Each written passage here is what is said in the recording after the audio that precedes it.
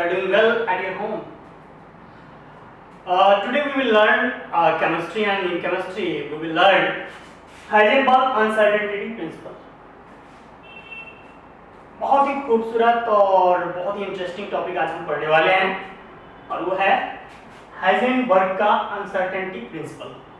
Okay, ये क्या है ये हम समझेंगे डिटेल में. तो बिना किसी देरी के शुरू करते हैं आज का लेक्चर. ओके, हाइजेनबर्ग साइंटिस्ट का नाम है. उन्होंने अनसर्टेनिटी बताया किस चीज के बारे में, बेसिकली पोजीशन एंड मोमेंटम के बारे में. मतलब किसके पोजीशन और मोमेंटम के बारे में, जो फास्ट मूविंग पार्टिकल है, मतलब जो पार्टिकल बहुत तेजी से मूव कर रहे हैं, उसके अनसर्टेनिटी के बारे में बताया, अनिश्चितता के बारे में बताया. क्या कि इसके पोजीशन में अनिश्चितता हो सकता है, उसके मोमेंटम में अनिश्चितता हो सकता है, यानी उसमें एक्यूरेसी नहीं हो सकता. इससे रिलेटेड बात, जैसे कि आपको मैंने बताया है पहले भी कि अगर ये अपना न्यूक्लियस है ना एटम में, और इलेक्ट्रॉन इस तरह से सपोज सर्कुलर ऑर्बिट में मूव कर रहा है, ये जो इलेक्ट्रॉन मूव करता है ये आपको लगता है धीरे धीरे नहीं, ये बहुत फास्ट में मूव करता है. इस फास्ट मूविंग पार्टिकल इलेक्ट्रॉन काफी तेजी में मूव करता है. किसके? न्यूक्लियस के चारों तरफ. Electron moves around the nucleus in very fast momentum, by very fast speed.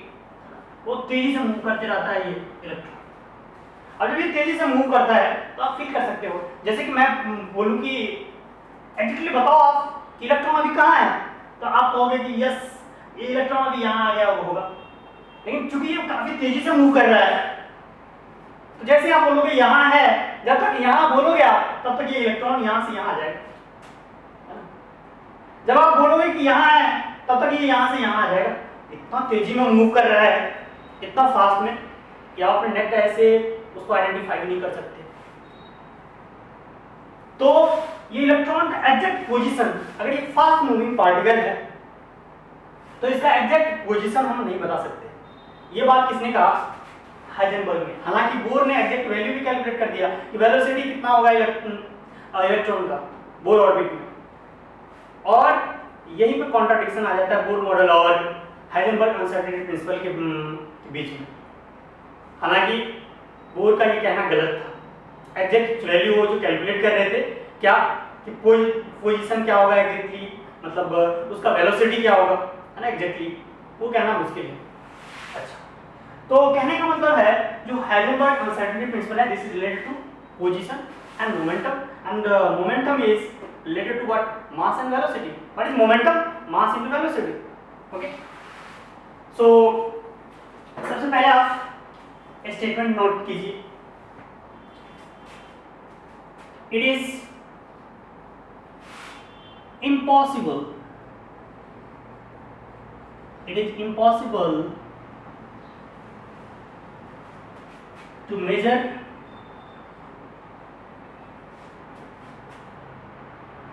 It is impossible to measure the position and momentum. अच्छा, मोमेंटम से पहले हम velocity, position and velocity bracket में लिखिए, मोमेंटम ब्रैकेट में और मोमेंटम लिखिए, bracket में और momentum. It is impossible to measure the position and velocity of a fast moving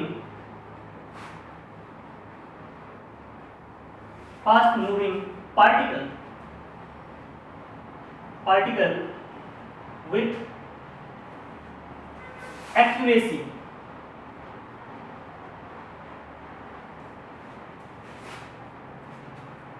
और what certainty.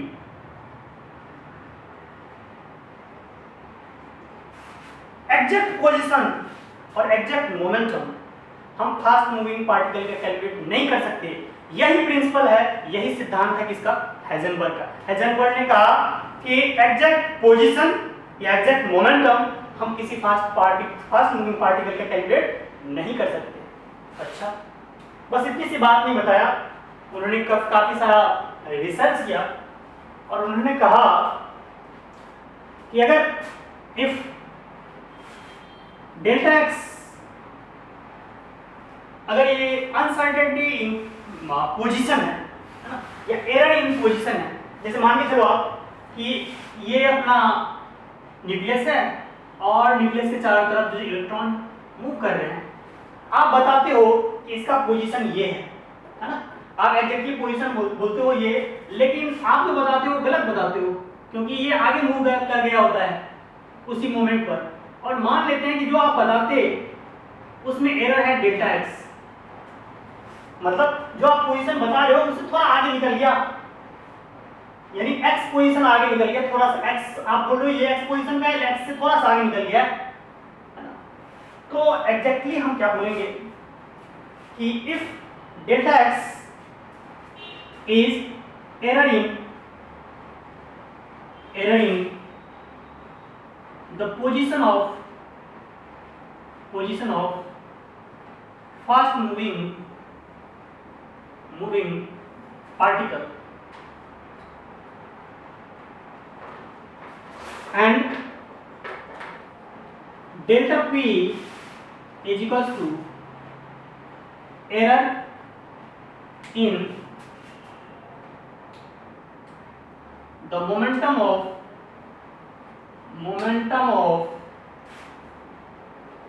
fast moving particle। अगर आप कहते हो कि डेल्टा एक्स जो है एरर इन पोजीशन में है, मतलब पोजीशन में कितना एरर है, और delta p error in momentum है, तो हम बोल सकते हैं क्या, हम बोल सकते हैं कि डेल्टा एक्स या फिर delta P into delta x is greater than equals to h upon 4 pi. ये बात किसने बताया, ये बात बताया किसने, ये बताया हाइजेनबर्ग ने। हाइजेनबर्ग ने कहा कि delta x error in position है और delta p error in momentum है, तो हम कह सकते हैं क्या कि the value of delta p into delta x, that is the multiplication of error in momentum and error in position will be equals to h upon 4 pi. Okay, अच्छा कुछ लोगों को यहाँ पे डाउट हो सकता है कि ये मोमेंटम बार बार यूज कर रहे हो आप, हालांकि जरूर पता होगा कुछ लोगों को। मोमेंटम आपने फिजिक्स में पढ़ा होगा, मोमेंटम को p से डिनोट करते हैं, और जो मोमेंटम होता है वो मास इनटू वेलोसिटी होता है, मतलब m इंटू v। ठीक है, अच्छा यहाँ पे h क्या है, ये h क्या है, दिस इज प्लैंक कांस्टेंट है, h is equal to this Planck constant. What is the value of this, 6.626 into 10 to the power minus 34 joule second। okay, for and this pi, what is pi, you know very well, 3.14। तो ये इस तरह से ये statement किसका था, Heisenberg का था। तो हाइजेनबर्ग ने एग्जैक्ट बता दिया कि जो दोनों में मल्टीप्लिकेशन होगा किसका, मोमेंटम का, और error in momentum and error in position का जो मल्टीप्लिकेशन होगा वो ग्रेटर दैन इक्वल टू होगा h अपॉन 4 पाई। यानी अगर मिनिमम अगर एरर बोले तो मिनिमम एरर जो होगा किस किस में, पोजीशन और मोमेंटम में, मोमेंटम एंड पोजीशन में, वो मिनिमम एरर कितना होगा, h अपॉन 4 पाई के बराबर होगा। कम से कम इतना एरर तो होगा ही होगा, इससे ज्यादा ही होगा, इससे कम नहीं होगा। जो लिमिटिंग वैल्यू है दैट इज h अपॉन 4 पाई होगा। यानी अब मैं इसको मिटाता हूं, आगे बढ़ता हूं।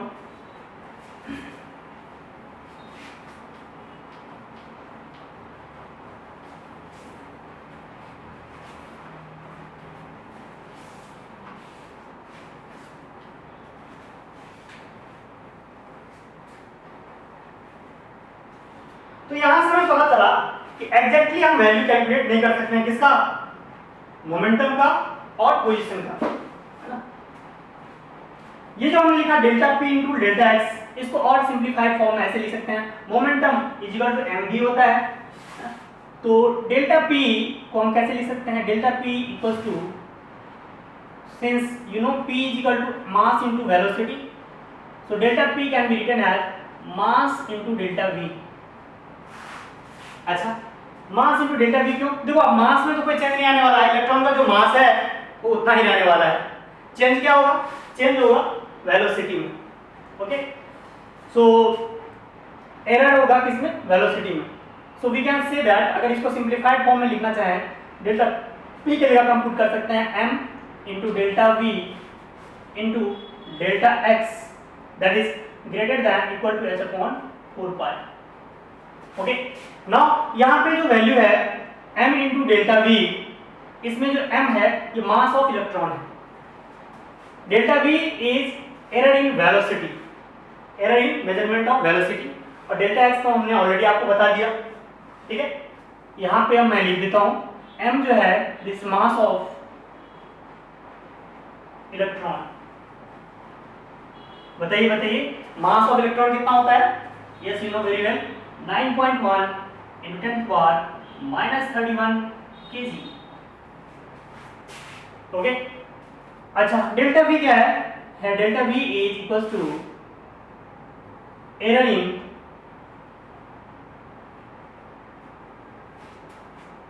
मेजरमेंट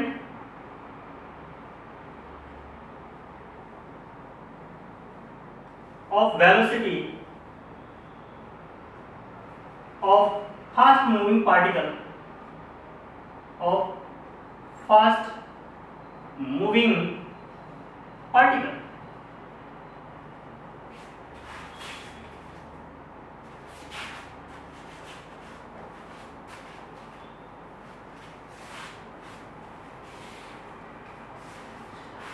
अब एक बात आप नोट करके लिखिए, क्या कि ये जो हमने लिखा m into delta v into delta P into sorry delta v into delta x, या पहला एक्सप्रेशन जो हमने लिखा था delta P into delta x is greater than equal to h upon 4 pi, उसी के संदर्भ में एक नोट करके आप लिखिए, नोट लिखिए,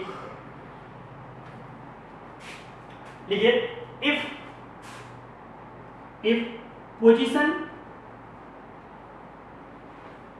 if position of particle, if position of particle is measured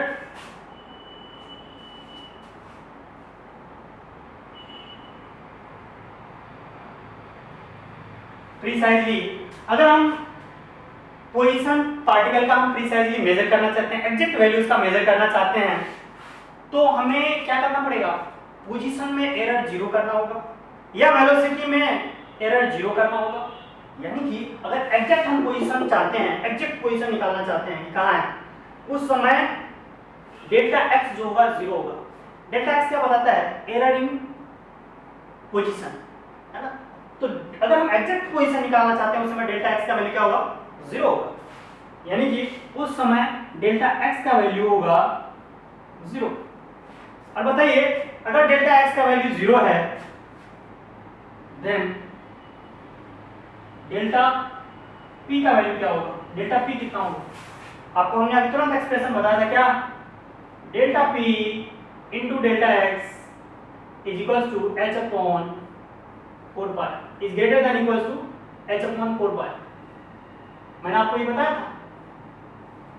बताइए यहाँ पे अगर हमने डेल्टा x का वैल्यू 0 रखा, यहाँ पे 0 रखा, 0 को उधर ले जाइए, तो h upon 0 something upon 0 that is infinity, not defined वैसे, लेकिन हम इंफिनिटी बोलेंगे। यानी कि डेल्टा p जो है इंफिनिटी को अप्रोच कर रहा होगा। यानी अगर एरर इन पोजीशन 0 है तो एरर इन मोमेंटम इंफिनिटी होगा। अच्छा, what is the meaning of this, यानी कि ये हुआ इसका मतलब कि अगर आपने कहा कि एरर पोजीशन में एरर नहीं है, इसका मतलब मोमेंटम में एरर इतना ज्यादा होगा कि आप इनफाइनाइट बोल सकते हैं, बहुत ज्यादा एरर हो जाएगा, मतलब बिल्कुल पूरा भयानक, आप गलत झूठ बोल दिए, आप कह रहे हो साउथ बिल्कुल नॉर्थ में है, ऐसा बात समझो आप। अच्छा, दूसरी एक और बात, if delta P is equal to 0, मतलब अगर मोमेंटम में एरर 0 है, then delta x is tending to infinity. Yes, यहां से हम देख सकते हैं, अगर इसका वैल्यू 0 रखें, 0 इधर ले जाइए, h/0 इंफिनिटी को टेंड करेगा, यानी delta x will be tending to infinity. Clear? So this is very important, इस तरह का बात आपको ध्यान रखना है, ये रिलेशन। ओके, नाउ अब हम यही एक्सप्रेशन जो है हम एनर्जी के लिए लिखना चाहते हैं, एनर्जी और टाइम के रिस्पेक्ट में, है ना। तो ओके, नेक्स्ट हेडिंग डालिए, uncertainty principle in terms of energy. Energy delta E and time delta T. मतलब हम अब बात कर रहे हैं, जैसे हमने पोजीशन एंड मोमेंटम में अनसर्टेनिटी की बात की, वैसे ही एनर्जी एंड टाइम में भी अनसर्टेनिटी होगा। ऑब्वियसली अगर पोजीशन में अंतर है, जो हम टाइम बता रहे होंगे इस टाइम में, उस टाइम में भी अंतर होगा। क्यों? हम बोलेंगे t = 0 पर जो वेलोसिटी है, और t = समथिंग 5 मिनट 5 सेकंड बाद जो वेलोसिटी है, वो हम तो वेलोसिटी तो डिफरेंट बता रहे हैं, उसके करस्पॉन्डिंग जो टाइम होगा वो भी तो डिफरेंट होगा, क्योंकि वेलोसिटी और टाइम दोनों एक दूसरे से रिलेटेड है ना। तो हम अब चाहते हैं कि एनर्जी में क्या चेंजेस होगा और टाइम में क्या चेंजेस होगा, एरर क्या आएगा, उसके बारे में।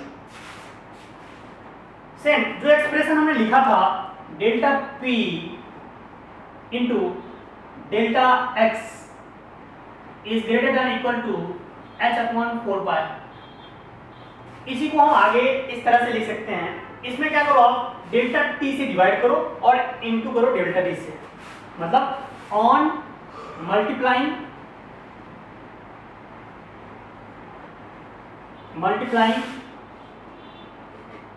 By delta t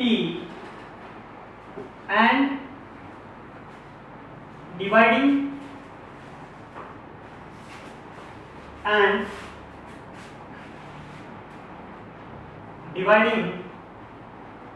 by delta t। अगर हम मल्टीप्लाई और डिवाइड दोनों डेल्टा t से करें तो हम कुछ ऐसा लिख सकते हैं, देखो delta p upon delta t into delta x into delta t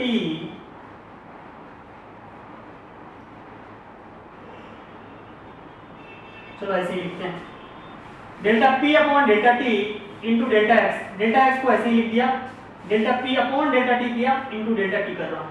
मतलब अब देखो ध्यान से, इस डेल्टा t को डेल्टा t से कैंसिल आउट हो जाएगा, ये एक्सप्रेशन और ये एक्सप्रेशन ऊपर वाला दोनों सेम ही है। This will be greater than equal to h/4π। बहुत अच्छा, ध्यान से देखिए, ये जो delta p upon delta t है, ये क्या है, ये शो करता है रेट ऑफ चेंजिंग। ये डेल्टा p क्या है, चेंज इन पोजीशन, और डेल्टा t क्या है, change in time. So this is what, rate of change of momentum with respect to time. This delta p upon delta t is equals to rate of change of momentum with respect to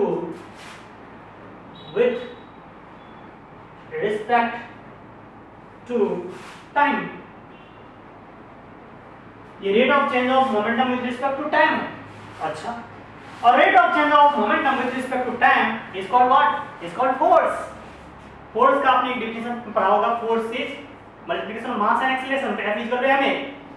and force का एक और जो definition है वो क्या है, rate of change of momentum with respect to time. दोनों एक दूसरे से वैसे रिलेटेड है। So delta p upon delta t is rate of change of momentum with respect to time, and this is what, this is force।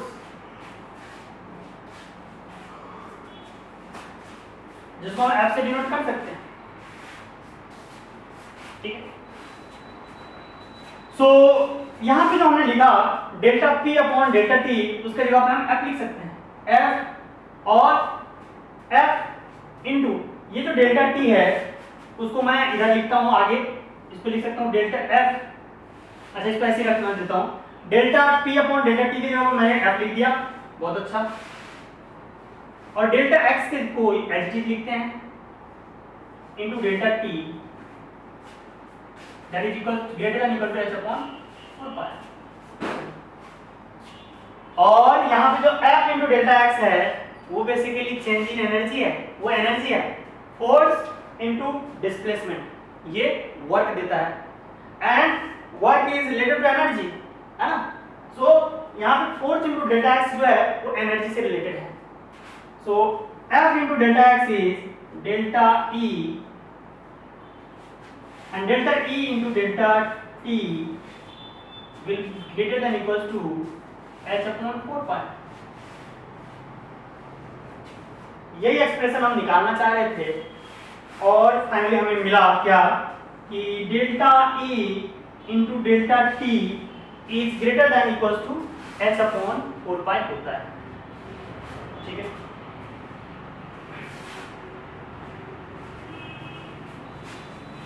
Okay तो यहाँ से finally हम एनर्जी से रिलेटेड जो एक्सप्रेशन हम चाहते थे वो निकल गया, यानी कि फाइनली जो हमें एनर्जी से रिलेटेड एक्सप्रेशन आया वो क्या आया, delta E into delta T is equals to is greater than equals to H upon 4 pi. तो देखिए आपको दो एक्सप्रेशन याद रखना है, हाइजेनबर्ग अनसर्टेनिटी प्रिंसिपल से एनर्जी से रिलेटेड जो एक्सप्रेशन है वो ये है, एंड एक एक्सप्रेशन हम ऑलरेडी देख चुके हैं क्या, delta P into delta T is greater than equal to H upon 4 pi. बस अभी तक जितना हमने पढ़ा उसका मोरल ऑफ द स्टोरी इतना ही है और ये आपको याद रखना है, दिस इज वेरी इंपॉर्टेंट। तो यही है हाइजेनबर्ग अनसर्टेनिटी प्रिंसिपल। इसके ऊपर अब इसी फार्मूला के ऊपर बेस्ड न्यूमेरिकल क्वेश्चन अब हम करेंगे, ओके। तो अब हम क्वेश्चन करेंगे हाइजेनबर्ग अनसर्टेनिटी प्रिंसिपल के ऊपर। क्वेश्चन नोट कीजिए। क्वेश्चन है a wolf has a mass of 40 gram. अच्छा मतलब हमें मास दे रखा है कितना, 40 ग्राम दे रखा है, बहुत अच्छा। आगे एंड स्पीड ऑफ 45 मीटर पर सेकेंड, स्पीड इतना दे रखा है, बहुत अच्छा। आगे if the speed can be measured with an accuracy of 2%, मतलब स्पीड में जो एक्यूरेसी है वो 2% का है, ठीक है। then calculate the uncertainty in the position, तो uncertainty in position पूछ रहा है। जैसे ही आपको uncertainty पूछ दिया पोजीशन से तो आपको तुरंत सपने आने चाहिए किसका, हाइजेनबर्ग अनसर्टेनिटी प्रिंसिपल का, ठीक है। वैसे देखिए जैसे हम क्वेश्चन दिए हैं आप वीडियो को पॉज कीजिए और खुद से ट्राई कीजिए पहले, फिर अगर नहीं आता है तो आप सॉल्यूशन देखिए। तो अब हम सॉल्यूशन करते हैं। बताइए हमारे पास क्या क्या डेटा दे रखा है क्वेश्चन में। क्वेश्चन में हमें दे रखा है मास ऑफ गोल्ड, यानी मास हमें दे रखा है m that is equals to 40 gram. अच्छा 40 ग्राम को अगर हम केजी में लिखना चाहें तो कितना लिख सकते हैं, 40 इंटू 10 टू पावर 40 अपॉन 1000 यानी 40 इंटू 10 टू पावर -3 kg, बहुत अच्छा। आगे हमें स्पीड दे रखा है, स्पीड दे रखा है कितना, वेलोसिटी हमें दे रखा है 45 मीटर पर सेकेंड, बहुत अच्छा।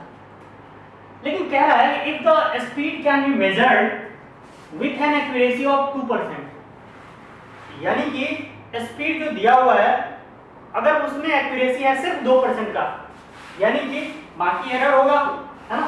तो हम क्या बोल सकते हैं कि जो डेल्टा V होगा दैट इज डेल्टा V, वो क्वेश्चन के हिसाब से क्या होगा, इसमें 2% का एक्यूरेसी है, that means what, delta V will be equals to, है ना, 45 इंटू 2/100। इसको कैलकुलेट कीजिएगा तो ये हो जाएगा 45 इंटू 0.2, 0.02, ये 45 हो जाए 90, 92.9, दिस 0.9 व्हाट, मीटर पर सेकेंड। बहुत अच्छा। अब हम लगाएंगे हाइजेनबर्ग अनसर्टेनिटी प्रिंसिपल और हमें निकालना है बेसिकली क्या, डेल्टा एक्स। पोजीशन में कह रहा है कि अनसर्टेनिटी पोजीशन बताइए, यानी आपको कैलकुलेट करना है इस क्वेश्चन में डेल्टा एक्स क्या है, हा? आपको इस क्वेश्चन में कैलकुलेट करना है delta x equal to what. तो डेल्टा एक्स निकालने के लिए हम क्या करते हैं, लगाते हैं हाइजेनबर्ग अनसर्टेनिटी प्रिंसिपल। क्या होता है Heisenberg uncertainty principle, delta P into delta x is greater than equal to h upon 4 pi। अच्छा, ये लिमिटिंग केस के लिए बोला है, क्या बोला है, एक्यूरेसी कितना है 2%, यानी हमें लिमिटिंग वैल्यू का यूज करना है। दैट इज लिमिटिंग वैल्यू क्या है, मिनिमम कितना वैल्यू है h upon 4 pi। तो delta p into delta x will B h upon 4 pi। अब delta p into delta x जो है h upon 4 pi, उसको क्या करते हैं, सिंपलीफाई करते हैं। ये डेल्टा m का जो वैल्यू है एग्जैक्टली उस डेल्टा p का जो वैल्यू है, डेल्टा p का वैल्यू हमने बताया था, आपको क्या लिख सकते हैं m into delta v into delta x that will be equal to h upon 4 pi। बहुत अच्छा। अब बताइए इस एक्सप्रेशन में हमें डायरेक्ट निकालना क्या है, डेल्टा x निकालना है। m मास पता है आपको, डेल्टा v पता है, h आपको पता है प्लैंक कांस्टेंट, सब कुछ पता है, तो क्या आप डेल्टा x नहीं निकाल सकते? हाँ जी बिल्कुल निकाल सकते हैं। बताइए, तो यहां से अगर हम लिखना चाहें डेल्टा x बराबर, तो क्या लिख सकते हैं, delta x will be equals to h upon 4 pi, और ये तो इनटू में है तो यहाँ पे डिवाइड हो जाएगा upon 1 by m into delta v, m into delta v।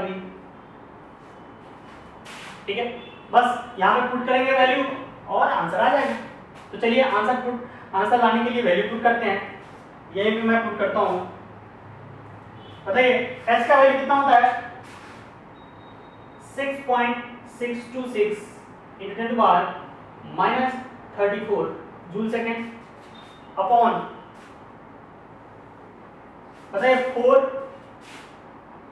Into pi का value 3.14 into what is the value of m, mass is 40 into 10 to the power minus 3, 40 into 10 to the power minus 3 into what is the value of delta v, the value of delta v is how much, 0.9, the value of delta v is 0.9। जैसे आप ये value put कीजिएगा, finally जब आप calculate कीजिएगा तो value आता है डेल्टा एक्स का, that delta x will be equals to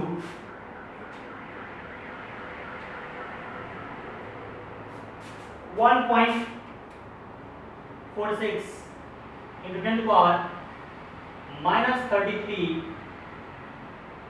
metre, ये आंसर आता है। जब आप कैलकुलेट कीजिएगा तो अनसर्टेनिटी इन जो पोजीशन आएगा वो कितना आएगा, 1.46 into 10 to the power minus 33 metre. This is the final answer।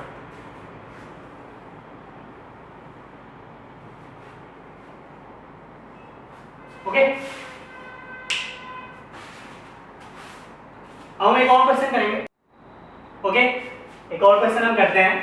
Question note कीजिए, macroscope using suitable photon is employed to locate an electron in an atom within a distance of 0.1 angstrom. What is the uncertainty in measurement in velocity?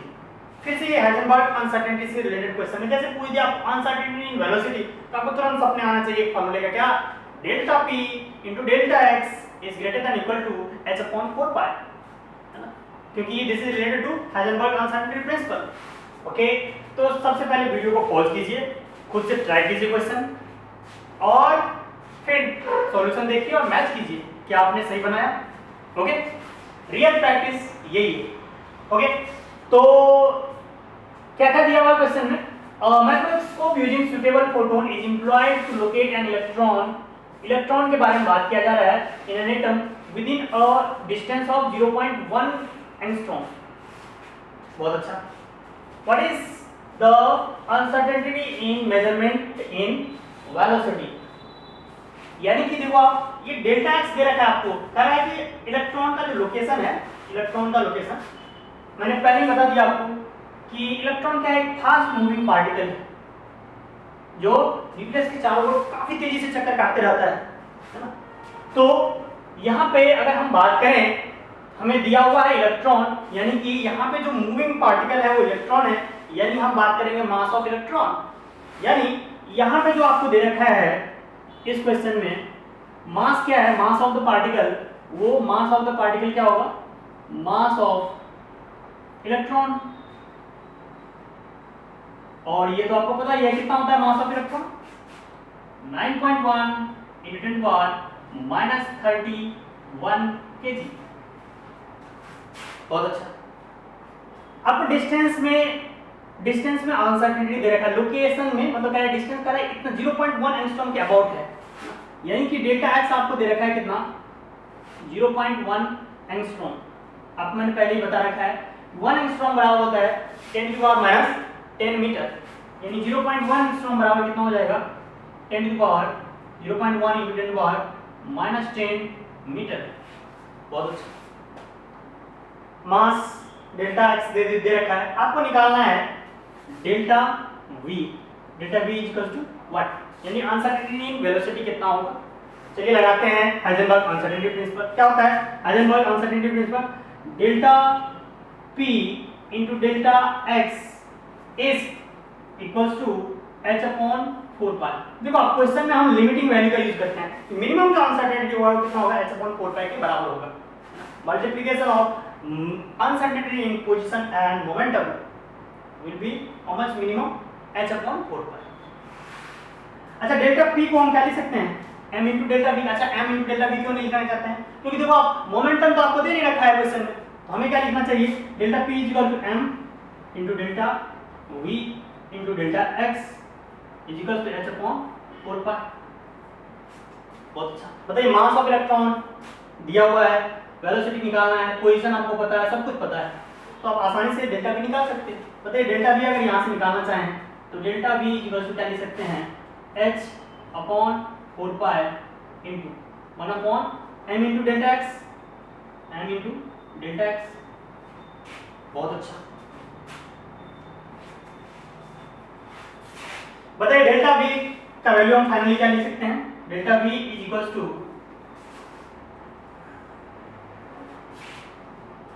h का value Planck constant कितना है, 6.626 × 10⁻34 joule second,